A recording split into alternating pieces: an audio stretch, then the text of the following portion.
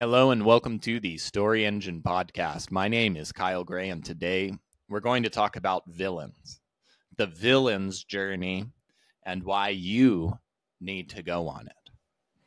Now, when we think about villains, we often imagine characters who disrupt the hero's journey, who oppose our heroes and challenge the norms. A lot of the times we don't like this. We want more heroes. We want more people to protect and save us. And we think of villains as people who are just doing things for the sake of destruction. But what if the villain's journey, the process of the villain, is not just about darkness or rebellion or making people hurt for pain's sake? What if at its core, the villain's journey is actually about transformation? They play an essential role in transformation. The villain is often the most honest character of the story, someone who refuses to accept the world as it is and is willing to break the rules, be disliked, even at great personal cost. In their refusal to conform, villains become agents of change, often questioning and rejecting the systems that everyone else takes for granted. And while their actions are not liked at first, the end result is often better than the means to get there. It often justifies what they needed to do to get there. In many ways, the villain's journey mirrors the journey of an entrepreneur or a visionary. It's a path shaped by betrayal, disillusionment, and the drive to create something new. While the villain doesn't act out of blind ambition. They're responding to a wound, a fracture, a betrayal that reveals the cracks in the world that they once trusted.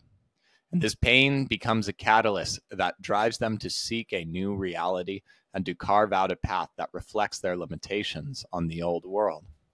Now, in this journey, the villain moves from innocence to purpose, shaped by the lessons that could only come from confronting both internal and external struggles within them. Each stage of the villain's journey pushes them deeper into their purpose, not just as an antagonist, but as a creator, someone who dares to disrupt the status quo and build a new norm. Now, this isn't about embracing villainy for the sake of destruction. It's about understanding that sometimes real change requires us to step into the role of the villain and to face the shadows that ultimately transform ourselves and the world around us. And let's face it, nobody likes change. We don't want to feel change, and oftentimes when it comes upon us, we very rarely decide to change of our own volition, and this is true in the case of a lot of stories. And the meaning that we make about change in the beginning when we're experiencing it isn't often the right meaning of like why we feel the discomfort of change. We usually have some kind of story about ourselves and why we're going through it, instead of looking forward to the upgrade on the other side. And very oftentimes the meaning that we make of the change itself, we don't like it in the beginning. But after it's passed, we often have a very different idea about it. Many people could relate to the pandemic in this way. In the beginning, it was a really painful, scary time. But that massive amount of change also created invitations to transform lives in ways that we really wouldn't have done without the world going crazy. Now, I don't want to discount anybody's pain that may have happened during the pandemic, and I certainly wouldn't want it to happen again. But it just goes to highlight that change is something we don't always welcome, and so it fits. I'm going to share the 5 stages of the villain's journey, give you a few examples of characters from movies, from books that we know and love, that can exemplify what this villain's journey is like, and give you direct and actionable pointers on how to apply this in your own life. Let's start with the first stage, the status quo. Now, in the beginning, The villain's journey starts out exactly the same as the hero's journey. The character lives in a world of stability and comfort and are confined by the norms that feel familiar. They are a part of this world and feel a part of this world. And at this stage, they haven't confronted any limits of their reality or don't have any need to drive to change things. This is a time of routine, and often they feel right. They feel comfortable in this, even if there's a quiet longing beneath the surface. A great case study of this is Harvey Dent in the Batman movie, The Dark Knight. He starts his journey as an idealistic district attorney. He's a real good guy, and nobody would doubt that at the beginning, fighting crime with a firm belief in the justice system. And his world is structured around law, committing to maintaining order. And through most of the movie, he is in this status quo. However, this sets up a contrast later in the movie for disillusionment, which profoundly shifts his perspectives and actions. And if you haven't seen the movie, we'll go check it out and see what happens to Harvey Dent. So in the case of entrepreneurs, this phase represents a time probably before we got into business or before we got into the role that we're currently serving. And while things feel steady, there might be an undercurrent or a disconnect or possibility, hinting that there might be more of them outside of their familiar confines. But what's going to push them out the door? That takes us to our second stage. Stage 2 is betrayal, the breaking point. Betrayal represents the moment of rupture, where the character feels profoundly let down by the world they once accepted. This pain may come from external forces or may emerge from a sense or an action of self-betrayal, making their current world feel intolerable. The betrayal seeds resentment and sets them out on a path to overflow the established norms. A great case study of this is Maleficent in Sleeping Beauty, as she experiences betrayal when she's excluded from the celebration of Princess Aurora's birth. As an iconic villain, Maleficent's reaction to her exclusion reveals the deep pain and resentment she harbors, transforming her view of the kingdom's norms. This rejection ignites a desire for revenge and establishes her as an outsider bent on disrupting the status quo. In an entrepreneurial application, this betrayal often appears as a crisis, a failed opportunity, an ethical compromise, or an industry setback. This moment makes their current environment intolerable and revealing the need for change. And for the entrepreneur, this betrayal is the turning point that drives them to start seeking a path and building the business that they are building to change the norms. Oftentimes at this point, they might be seen as crazy to make this attempt. Their ideas may seem ludicrous to those around them. And this is exactly where we start to see the parallels between being a villain and standing for change. Stage 3 is gathering allies. As the villain starts to take their stand against the established world, against the norm, others who resonate with their vision and with their idea begin to appear to serve and support. Oftentimes they are a minority at first, but even as a minority, their combined passion for their vision starts to garner attention and creating momentum. A great case study of this is Sauron from Lord of the Rings. Though he is a somewhat disembodied and distant character, he knows how to tap into the different resentments, the different pain points, and the strifes between many of the characters and civilizations in the book, The Lord of the Rings, which allows him to gather many allies, such as Sauron with his large army, and several others that were almost insurmountable. And this because it came from his firm dedication to changing the norm. So the entrepreneurial application for this stage often mirrors for entrepreneurs. This is as you start to differentiate yourself and really put yourself out there. There's going to be times where maybe your ideas are disliked by many people, but it will also go on to attract those who resonate with you. As you start to plant your flag and stand for the change you believe in, you will begin to attract and resonate with those who are aligned with your vision and will immediately begin to repulse. These are the things that we're afraid of doing. We're afraid to repulse people because of our basic evolutionary needs to want to be liked, to want to be accepted. And even the possibility of being seen as a villain often feels as scary as death, because maybe in the past, many hundreds of thousands of years ago, that was the case. But again, being a villain is not about trying to hurt people, but naturally by challenging people's beliefs, by challenging the norm, and by pushing people outside of their comfort zone and inspiring transformation, which is what I imagine you want to do if you're listening to this podcast. You need to be willing to be seen as the villain, because if anybody has their beliefs challenged, they're not going to like it at the beginning. And there's something very natural to that about us. And there's something natural about our tendency not to be seen this way.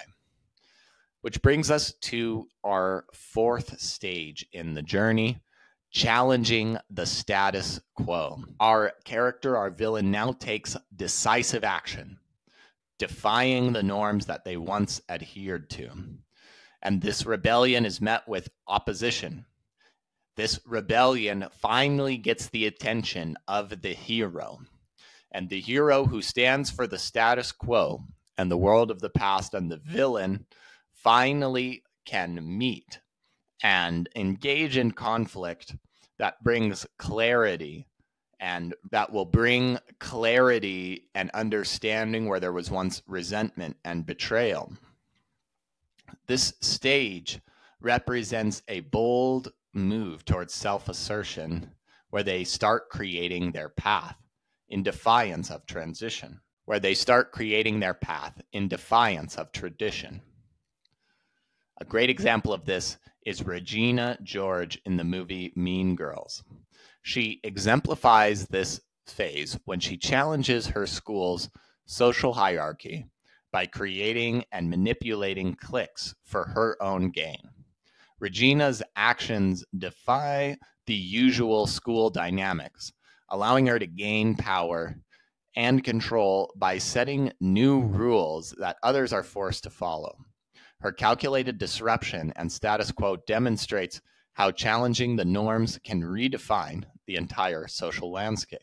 For an entrepreneur, this challenging the status quo is the moment that they decide to pursue the unconventional path and often create something disruptive.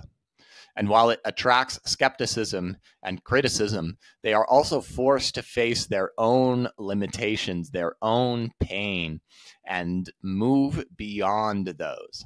And by breaking free of the norms, they begin establishing a new space for themselves, paving the way for impact for themselves and their own life, and especially those that they want to reach. And finally, stage 5, a new worldview emerges.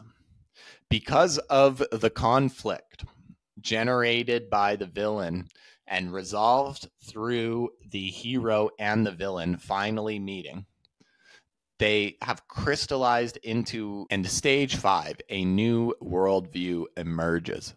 Because of the great conflict between the hero and the villain, a new worldview can emerge from a deeper understanding of the repair of this rupture that could have only been arrived at through the conflict. They could not have gotten there without it. And this new clarity of vision becomes the source for resilience, preparing them or propelling them to a new goal and unshakable determination. all of these great movies with great heroes and stories and books and all of these things, the villain's role combined with the hero's role is what it takes to arrive at the new world, the better place, the place we want to be. So, a case study for this is Darth Vader in Star Wars, who finds himself embodying a new vision for the galaxy. One, he believes that order can only be achieved through absolute power.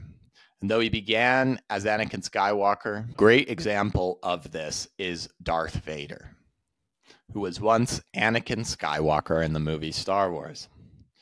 Anakin Skywalker is poised and touted to be the chosen one, the person who will bring balance to the Force. And through his betrayal and his pain, he becomes Darth Vader and becomes one of the strongest parts of the Empire, a dominating, ruthless institution in the galaxy of Star Wars. But only through going through that whole process and going on the journey was he able to confront Luke Skywalker, the protagonist, through the end of the trilogy. The original trilogy is what I'm referring to here. And it wouldn't have been without both Darth Vader and Luke Skywalker that this better version of the universe, of the galaxy piece, emerges. And he eventually does bring balance to the Force, but only through embracing and leaning into his dark side. He could not have brought balance to the Force by remaining a hero and being a good guy through the entire story. Now, for entrepreneurs, this reflects the moment where their mission becomes clear. The trials and frustrations of their journey have now become a focused purpose, guiding each decision and action. Their business finally finds alignment and traction within this, and they have made an impact and an upgraded status quo. This is a conversation that I will be digging deeper into and creating more podcasts and content around, as I really feel that there is something for us to explore and gain a lot from by leaning into the villains and the parts of us that we are afraid to be seen of as villains, the dark sides of us that we are afraid to share from the stage. But one of the things that I really hope you take away from this is that being a villain is being an agent of change. And change is something that's not comfortable at first. It's not welcomed in almost every case, but it is often something that we are grateful for in the end. And while I am not inviting or encouraging you to do anything sadistic or destructive in the world around you, I hope that you can give yourself a little more permission to be disagreeable, to be disliked, to challenge values and the status quo, and to give yourself the opportunity, the possibility to even be seen as a villain by others, not just judging yourself and holding yourself back, but really being willing to step out into this light is what will allow your best, most honest, most impactful ideas to come forward. We have all been on a villain's journey like the one that I have outlined here today. And it's a journey, it's a cycle that we would go on many times over. Now, I know all of you also want to be heroes, and it takes both the hero and the villain to truly create the results for the better world. It needs both of them. You are both of them. And by embodying and understanding both of them, we can create this better world. Thank you for joining me on the Story Engine podcast today. If you enjoyed this episode, please share it with one other person who could benefit from it. And leave me a review on iTunes or wherever else you download your podcasts. Thank you so much for listening, and we will see you on the next Story Engine podcast.